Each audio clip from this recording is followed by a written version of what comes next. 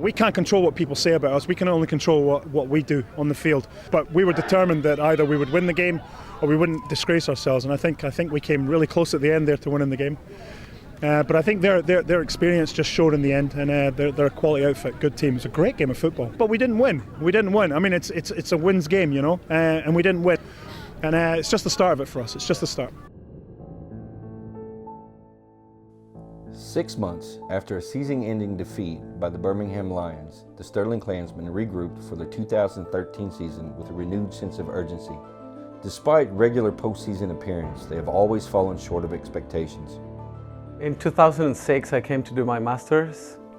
I had played a little bit in Mexico, so a friend of mine in the department invited me to join the team.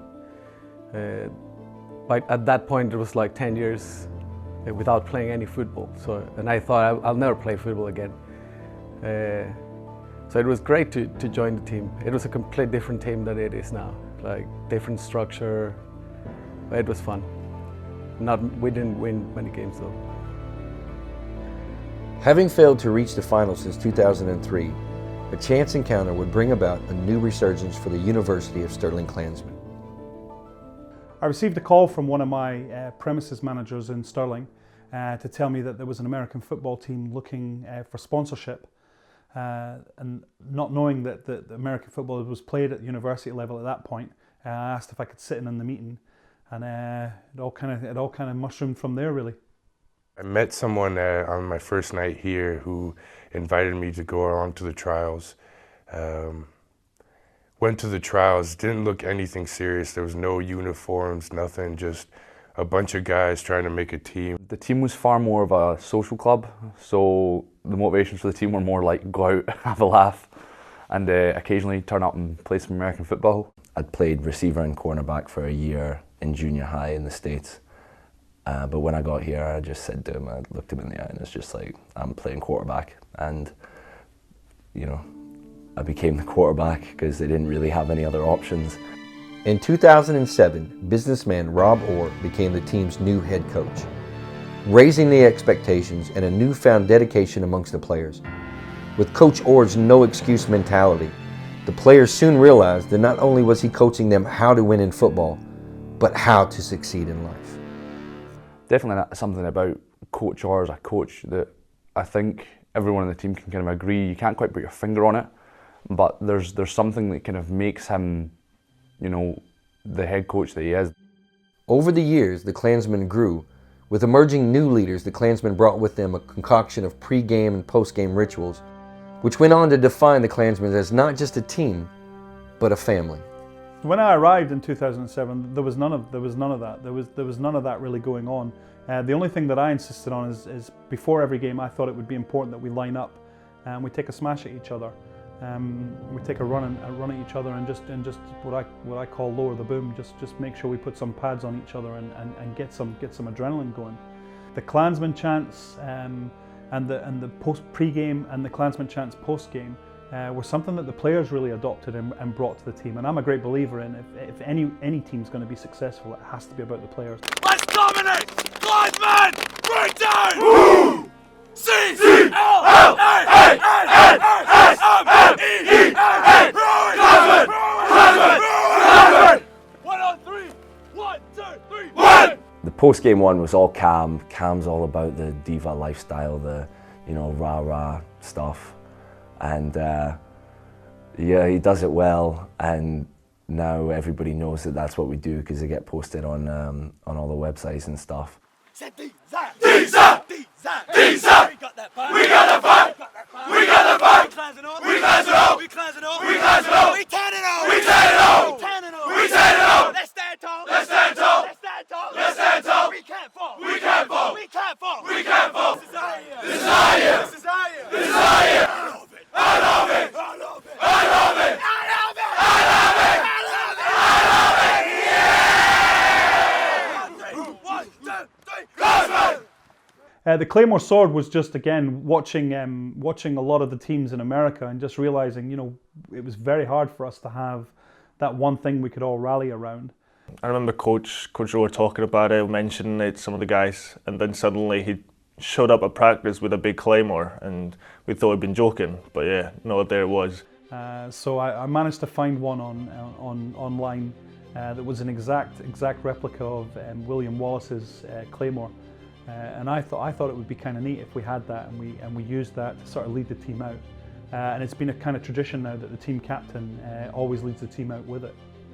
The circle after the game is probably my favourite. You know, everybody's together after the game, and the coaches are in the middle. They bring in the key players and they get to congratulate them, and everybody gets to recognise somebody's effort on the field. After an undefeated 2012 regular season, the Clansmen entered the postseason confident despite all negative criticisms that they were just a good Saltire team who would struggle against a real opponent.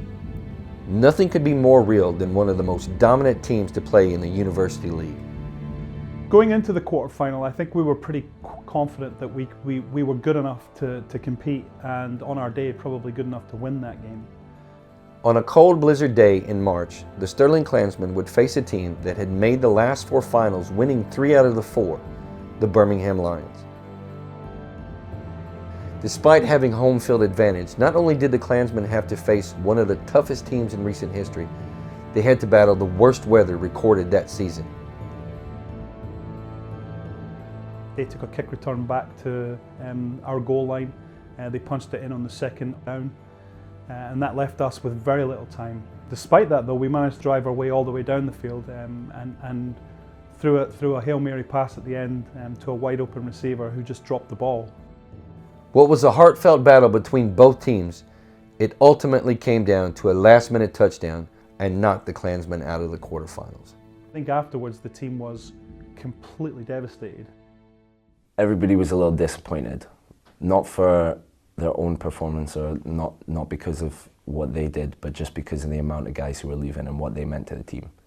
But from my point of view, it set the tone. It enabled us to show them how close we were, and you know, but for any given Sunday and some of the things that could have gone our way that didn't go our way, we were very, very close, and it let everyone else know that we were very, very close as well. We were ready from last year. We were ready to go and show what we could do and work hard. From that day we lost Birmingham. After losing the senior veterans, the Clansmen walked into preseason with a hunger in their bellies and a new set of senior leaders, determined to go all the way this season. Coach Orr and his staff were truly committed to ensure the Clansmen would not only return to the finals, but win. Going into the season, everybody wanted to win, and I think everybody believed we were good enough to make a deep playoff run. But the atmosphere going in was, you know, we need to do this for the guys from last year, and we owe it to ourselves to win it this year. I was more impressed with their disposition this year than just their talent. Our loss to Birmingham last year changed a lot, especially in the seniors, but also in the players that came to the team this year. The coaching staff's entire ethos going into that year was one of, we have to earn it this time. We can't just expect to turn up and be given it. We have to earn everything that's given to us, and that became the mantra for the entire season: earned, not given. I think coming back into pre-season especially, everyone was very, very determined. and that was we knew we had just the right amount of experience, youthful hunger, and coaching commitment to make sure that we would go that one step further, we hoped. The Stirling Clansmen began their season at home with their old rivals, the University of Glasgow Tigers. The rivalry between Glasgow and Stirling has gone back just a bit further than any other rivalry, as far as I know, in Britball. One thing that I say to all the new guys who come, like, yes, we have a big rivalry with Glasgow and it is a massive game for us. But you can't tell someone who doesn't understand a rivalry how a rivalry works. The rivalry between Stirling and Glasgow has always been huge, and having beaten them the previous year by 100 points to 7, I think they were pretty determined to make sure that wouldn't happen again. The first half against the Tigers started off slow with a scoreline of only a few points difference by the end of the first half. The Clansmen returned the second half with their feet on the throttle, scoring in all 3 phases of the game, setting up the tone of dominance for this season. The Clansmen then breezed through their next 2 opponents, the University of Western Scotland and the Edinburgh Napier Knights, setting up their next opponents, the Edinburgh Predators. What I remember from that game is how well our defence played as well. We had numerous drives where we only had to go about 20-25 yards. We ran the ball really well. I think Matt Barrington scored the first 3 touchdowns of the game. For me as well, it's quite fun because they pass a lot more than most of the other teams. So I was quite looking forward to playing them.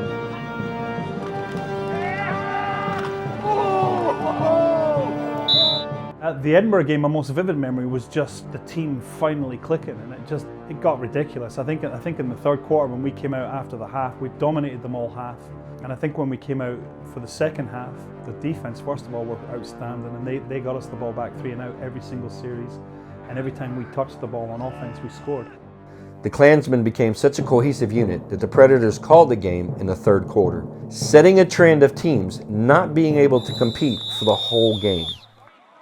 The Clansmen return home to face the University of Western Scotland for the second time in what would be their highest scoring win of the year. 4th down, punt coming from the Pirates again. Backed up by their own goal line, down to halfway where Barrington's going to pick it up. Takes it towards the right sideline, he's got blockers in front of him. Cuts past them and he's going to take this one all the way. It's another Clansman touchdown. Now, it would have been nice to get to 100, but unfortunately, the reason we didn't is because our starting kicker, Craig Black, you know who you are, missed an extra point. So the reason we didn't get to 100 points is because of Craig Black. I remember putting 100 on Glasgow and it just being the best feeling. I also remember kicking the extra point to make it 100 and never having so much pressure on me my entire life. If I'd missed that, it'd been 99. It'd been bad. So to miss the extra point in the Pyros game and cause us, I got a bit of stick for that one. I think that led to why Greg ended up kicking the extra points through the season. After the Christmas holidays, the Clansmen returned to continue their dominant run in the 2013 season, starting off by playing the University of Glasgow Tigers for what would be potentially their last ever game facing the Tigers. The Glasgow game took a couple of days to set it that I would never play on that crappy pitch again or play against Glasgow. It showed after the break. I didn't think we really missed a beat that much when it came to the first game against Glasgow, considering that they had 2 games before us and that was our first game back. We performed pretty well and everybody realises that we've got to get back into football mode. Again, Stirling scored in all 3 phases of the game with outstanding performances by Grant Isdale, not only scoring on offense, but defense and special teams, resulting in the Clansmen being crowned Scottish champions for the 10th time in team history. My players started scoring as well, so it all clicked. Defense started not only stopping teams, but now we were putting points on the board. So I was really pleased with that.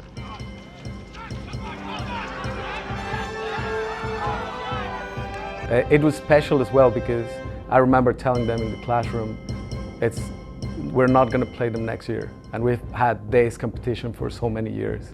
First game ever, Glasgow Stirling here. So it was a special moment, sad in a way. I'm going to miss them. I don't like them, but I'm going to miss them. Seniors Day is one of the most emotional games of the season, as it will be the last time all the senior players will play at home in a regular season game. Before every Seniors Day game, the coaches say a little bit about each senior who's graduating, you know, a funny story or something that is just typical of that person. It's a very special tradition that we have here. The offensive and defensive coordinator and myself get to just recap some of our favourite memories of the senior players. We do that in the changing rooms beforehand. It's usually quite emotionally charged. I won't say that I shed a tear, but possibly maybe one or two were shed. It's just a really great way for us to publicly acknowledge them. Well, first of all, to acknowledge them in front of their peers, their teammates, for the dedication and the commitment they've given to their clan.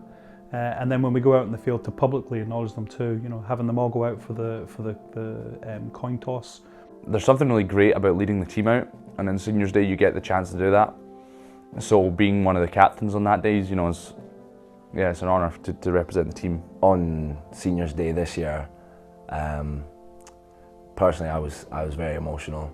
I got it all out in the last regular season game because I didn't want to get to the playoffs and think this could be my last game. Seniors Day is always something you're going to remember because it's your send-off game essentially. It's what football is about, on days like Seniors Day. As with the first game and every other game this season, the Clansmen continue to dominate the field on offense and defense, ending their season undefeated, ranking them the #1 seed in the playoffs. They were even less than the first time. I wish they were a complete team and we still shut them down, but we do what we have to do regardless of, it's always about us, it's never about them.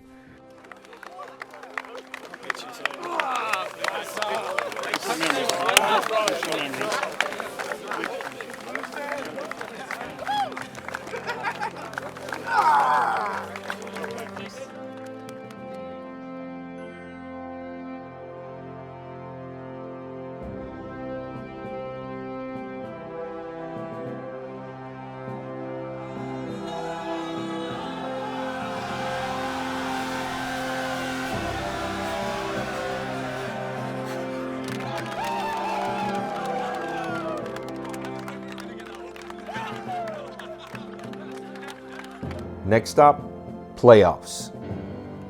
To be honest, a lot of these games didn't really mentally or physically prepare us for what was about to come. This is what we've been waiting for the whole season, you know, going into the playoffs, and we realised that once you're in the playoffs, it's one and done, you know, you got to win. The first postseason game began with the Sheffield Hallam Warriors. This would be the Klansmen's first real test of the 2013 season. When we played against Hallam, the goal was just to win. From shotgun, takes a snap, it's a quick throw left. And it's intercepted! Intercepted by Zahariev, who's going to take it down the sideline, past the block, and he's going to go all the way. This is going to be the first score of the game. What a play on defense!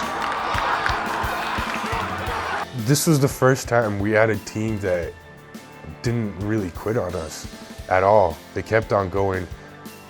They realized that, I mean, they weren't going to be able to win, but they kept on going and they were resilient. And the first team that was on the same playing level as us. After securing the win over the Warriors, the Klansmen returned to the quarterfinals where they were knocked out the season before, facing a tough challenge in the Sheffield Sabres. When we got to the first round of the playoffs, we kept saying to the guys 4 more games. We got to the quarterfinals, it was 3 more games. And I just asked them in the changing rooms before the game, do you really want it to end today? Is this where it's going to end for us, where it ended the same time last year at the quarterfinal stage? The thing about our team is it's never been about our size. It's always been about, you know, it's always been about how we can execute. Second down, play action. Now throws over the middle, caught by McDonald, into the end zone, touchdown. Simple. Defense dominated and dominated really well. Didn't let them really do anything apart from that one score. And they were good tests. They let us know what we were going to be up against in the later round, the semi and the final. They just helped us get a taste of what it would take to beat a bigger defense. Dominating the Sabres, the Clansmen gear up for the semi-final game against the Imperial Immortals, putting them one step away from the final victory.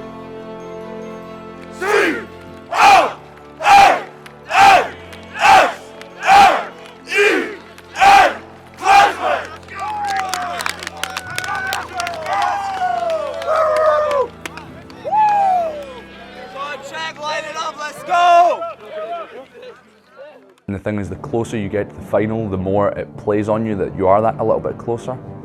So I think the pressure gets a little bit higher, and to be honest, that's what I love about playoffs and postseason football, because it's that do or die, that win or go home mentality. Snap, and it does go to the sweep. Kotchon gets the block, now cuts inside, beats one, beats a second, and he's back to the sideline, coming down the sideline. He's got one man in front of him, but he's not going to need him. This one's going to go all the way. That game was more about getting to the finals, play with everything we have. As I said before, it's never about them, it's always about us. When that final whistle went, that feeling knowing we were going to a national final was just, oh, ridiculous. Ridiculous, it was crazy. But I think from the coaching staff point of view, we knew that finally we all the work we'd done for the last 7 seasons together, we got to where we needed to be. You know, I was happy we were there, but we were all very subdued knowing the work we were about to have to do. When I was a kid, my coach told me, I saw him really sad when we got to the final. And he said to me, you don't know how hard it is. Winning one is not that hard, but actually going back, it's really hard. And that was many, many years since I played that final, and now I was going to call a final. So I completely understood what he said. It's really, really hard to go back. Preparing for Birmingham, without disrespecting any of the other teams we'd faced, was a completely different kettle of fish. They are, and have been for the last 6 seasons, the top team in the country, and rightly so. And they've been in six finals, I think, and they'd won 4 of the last 6 that they'd been in. It was the same thing as the coach had been doing throughout the whole of the playoffs. It was just preparing as much as we could. I think the coach had put an incredible amount of time in down to looking at game film and preparing us. We spoke to the players about the fact that, you know, Clansmen for us means family, and we'd come this far together, and we needed to make sure that we went home having experienced a national championship. Game day. What could be more gratifying than a win today? The Clansmen are now poised against a team that knocked them out the season before, the Birmingham Lions. Before we went out, the atmosphere, as you would imagine, was pretty tense, but it was different. There wasn't the nervous energy in the room that we'd had the previous year when we'd faced them, or even the previous finals that I'd been in. There was a real steely determination about the team. I think one of the key speeches that was made before the game was by Leroy. You know, he just highlighted a couple things about our team and what it meant. You know, him being a first-year Klansman, to speak up and say something, like as clear as he did, was impressive, and I think everybody took note. All the seniors definitely looked at him and just knew that, you know, it was our day, and we had to put up a shop. Guys, man, I've never felt like this before in my life, man. I'm not gonna lie, man. This is my biggest final up till now. I've been playing football for 8 years. I've been playing sports for 15 years. That's a long fucking time. I've never felt like this before, man. I'm here with my family tonight. Woo! I'm here with my family. Oh, yeah. Right? That's a different thing, man. You know, we hang around each other every single day, every single night. We're here every single day. We're together. We're together every single fucking day. We work together. We go to class together. We help each other out with essays. We help everybody with anything in their lives. We can't go home without a fucking championship.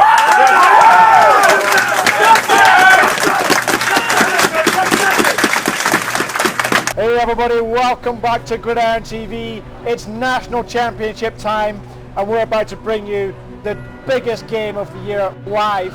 It's a Stirling Clansmen against the Birmingham Lions. This is a clash that I don't think anyone can predict. Yes, coach! Yes, coach! Yes, coach! Yes, coach!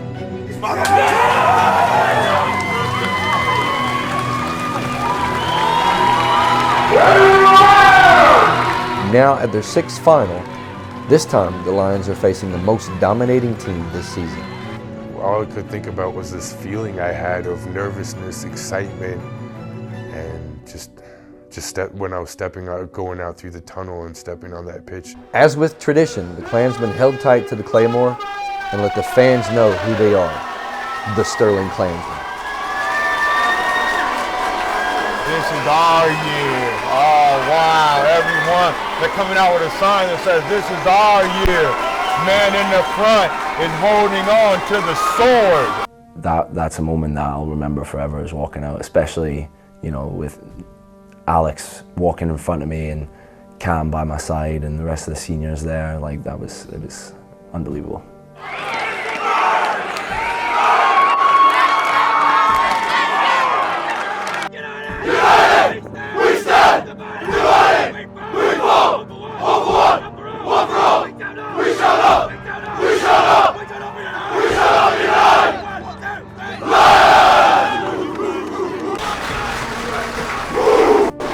You see the Lions over this side just staring at them. You hear it.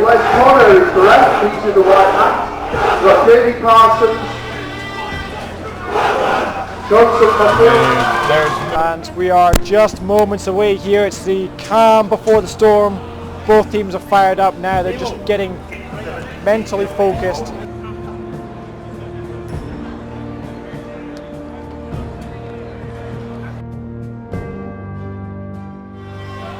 So here we go, it's the 2014 National Championship. Ashley Hopkinson will kick off, and we're underway.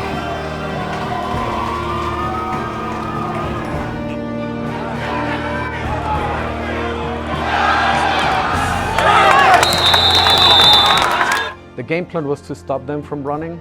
That was the main thing, force them to pass. Drops back, looks left. That's a good throw and a good catch there. Birmingham's passing game opened up early on, but the run game was slow to start with a fumble recovery by the Clansmen.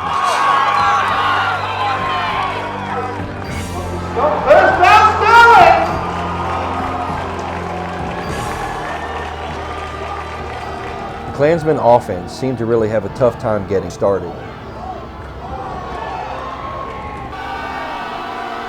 Stevenson drops back, looking over the middle, floats a ball, what a catch! It's out! While the defense stood strong, holding the run game virtually at bay,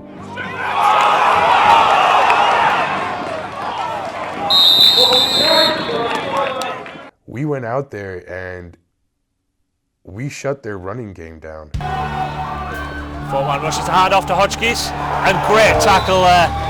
Straight into the backfield was Glover. Drops back, looks right, he's gone deep, he's got a man open.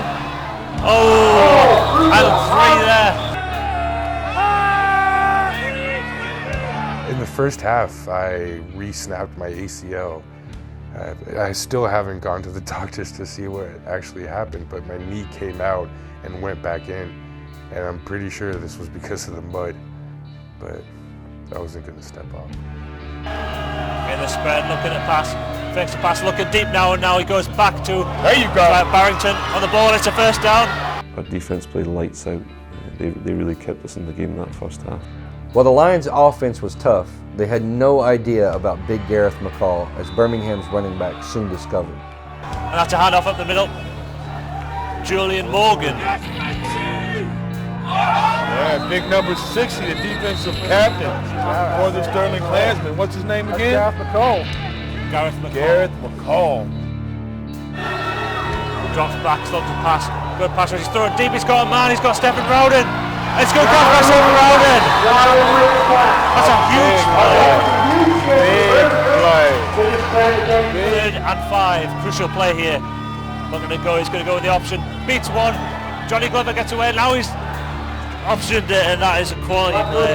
Julian Morgan. Stevenson's in 5 wide. McDonald comes in motion, he fakes out off, he's looking again, but the rush is getting there.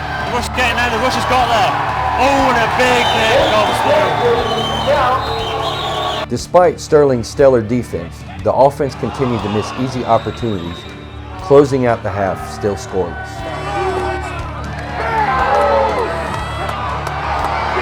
Good dunk so far as Glover drops back. And that's great pass rush. Only gets away, good pursuit by Glover. He throws deep now, just out of bounds, just out of the way of Hayhurst. I was gassed in the first half. It was so difficult to actually play when the best team we played throughout the whole year. Oh, that is half time, so they tried to go for it deep, finish up half, but they overthrow it. So far it's still 0-0 here. We are at deadlock in this national championship here from the John Charles Stadium in Leeds. I think one of the things he said was that it might have to come down to the defense to win this game. And from one of my buddies who's on the offense, speaking to him after the game, what Coach Orr said was, okay guys, defense is keeping us in this game. It's time for us to step up. With a scoreless first half, it would come down to either team to take control of this game. And in true Stirling spirit, the sideline began to cheer, support, and lift up the drive to every Klansman on the field. Barrington in motion, he's going to throw right, gets an easy pass across to Craig Black, who is pushing for that first down, and he's just about got there. And after a hard drive, Stirling found a way through for their first score of the game with a passing touchdown to Grant Isdale. If that is what they're about. It's going to be a pass, he's looking left, it's 1-on-1 on the outside, and he's got it, he's in. What if Isdale goes up, pulls the ball down with his hand.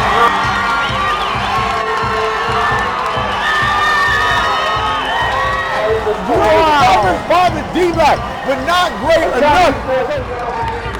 Naturally, Coach Orr was delighted. Well, first of all, from my point of view, I was delighted for Dutch. He'd taken a lot of flack before the game, and I was just delighted to see that he'd thrown such a perfectly executed pass. Following on with the offensive success, Stirling's defense came out with a whole new level of football. Almost a perfect throw right in there. It's hand off, but that is great tackling there. And you can hear the sideline and corners. And it looks like another pass he throws, looking for Rowden, he found Rowden, but that's a big He's gone on the option, cuts inside, gets the option away. That was a risky ploy, but he gets the ball away. And it's a first one, what power there from the running back. Julian Morgan gets the first down. Birmingham would eventually put together some yard-gaining drives, leading to the Lions' first touchdown score. Now, he's going to run it, he's got the option, opposite to Morgan, and Morgan's in, surely. Morgan gets the first down. Great play by the Birmingham Lions. Great play call by Wayne Hill and his staff. With the support of Stirling's alumni fans, the offense continued to build the pressure with big yardage plays. Good Dutch in the backfield with a spread. Pump fake, and he throws it in, he's got Black open, and Black gets a deep pass. Great catch there.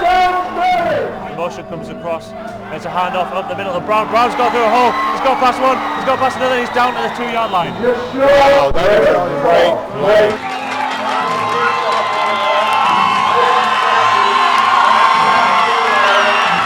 play. Leading the Klansmen to potentially score in the beginning of the fourth quarter in a crucial moment of the game. It would come down to the self-proclaimed best British quarterback to punch through for Stirling to regain the lead. Got a couple of tight ends now, they're throwing in motion.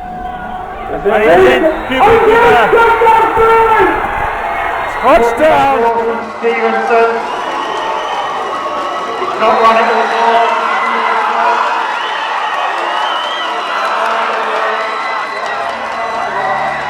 Once again, the Klansmen defense stepped up. Good coverage there, he's straight across his number 52.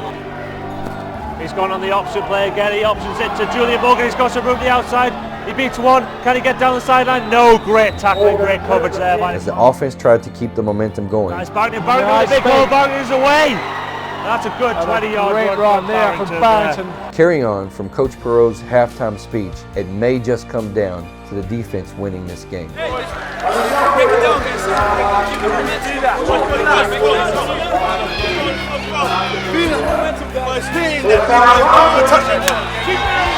You know what?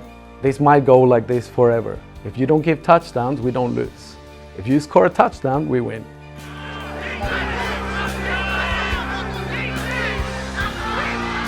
as predicted.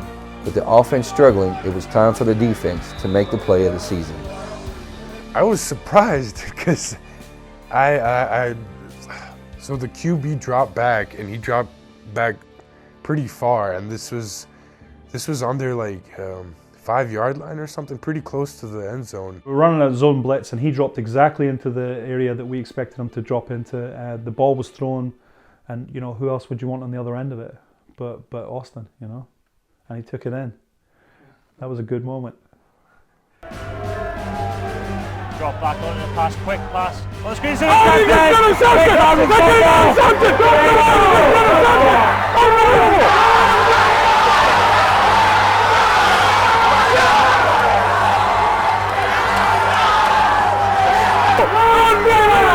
Unbelievable!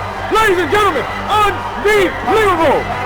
All the alumni are completely losing it behind us. You know, it was crazy.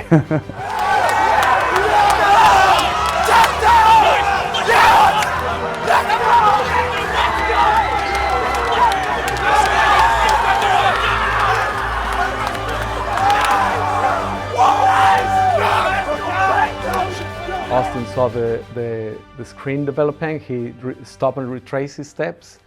And then I know when he caught the ball, because he had hands on him right away, so he couldn't start running, but this was willpower. The game still wasn't over yet. Birmingham had been down before and fought their way back. That is Stephen Rowden, I do believe, again. Press coverage on the outside, he's going to look to go over the top, surely. He throws it deep. There's no one there, he's gone. What a catch that is! Hayhurst, what a catch in triple coverage. Over, looking left, he's got a man open, he's thrown it, it's Rowden, it's a touchdown! The Birmingham Lions is back on the board! This time, would it be enough, or would it be another heartbreaking defeat for the Clansmen? I was just giving it my all, really. I just tried to pressure the QB as much as possible to try to get that ball away, but I knew it was under 2 minutes, and I was more than, like, I was so confident in the secondary. Birmingham need only a touchdown to win and become champions once again. He's looking over the middle, he's looking to run. The defense gets there, that's huge.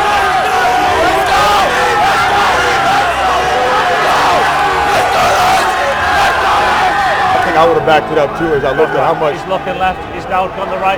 He plays a quick screen, but that's a big hit. And they're going backwards. Big play right there. Wow.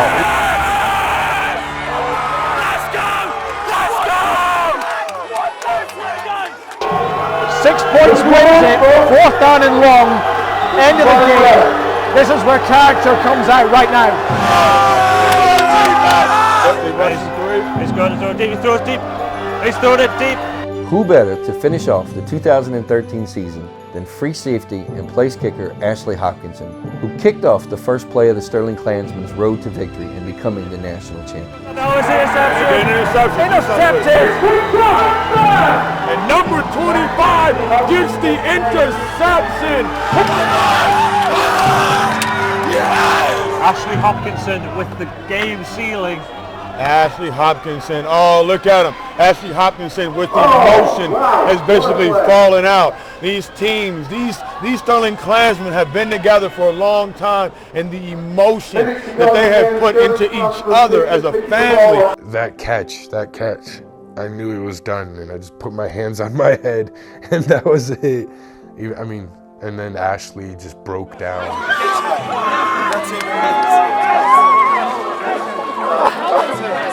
Ash, come here, buddy. Come here.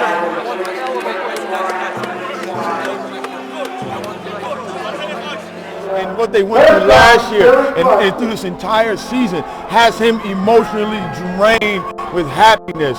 Everyone, it's a beautiful thing. We knew by that point they only had one timeout. We could literally kneel the ball out to win the game. Basically, when you caught that ball, a lot of us knew that that was it and that we were champions.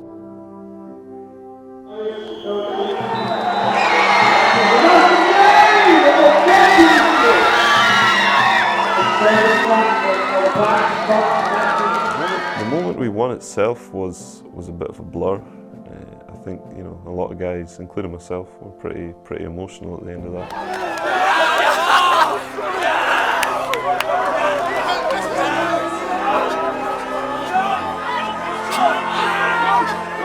As much as it's a cliche, one of the guys on the team, Big Gareth, had said before the game, I'm not here for a championship, I'm here for you guys, you know, we're here for each other.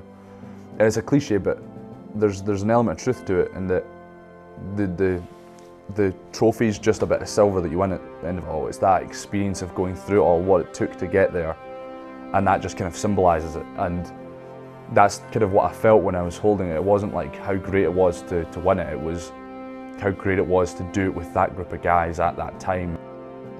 Just so happy and so proud of the team that we had achieved something so great. I give you your 2013 University National Champions, the Stirling Clansmen.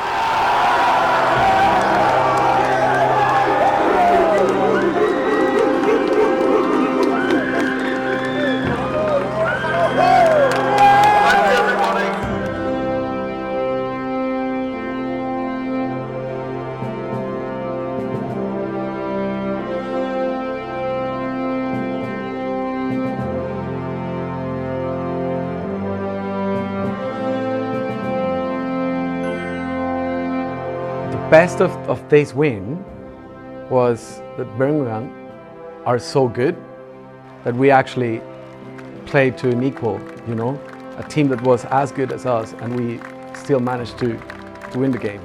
My happiness was more of the challenge of playing against the best team in the last 10 years.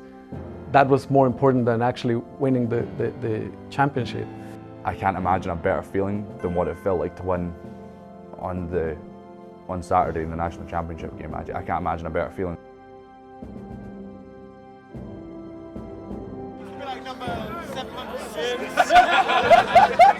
It's really number 4, but not really number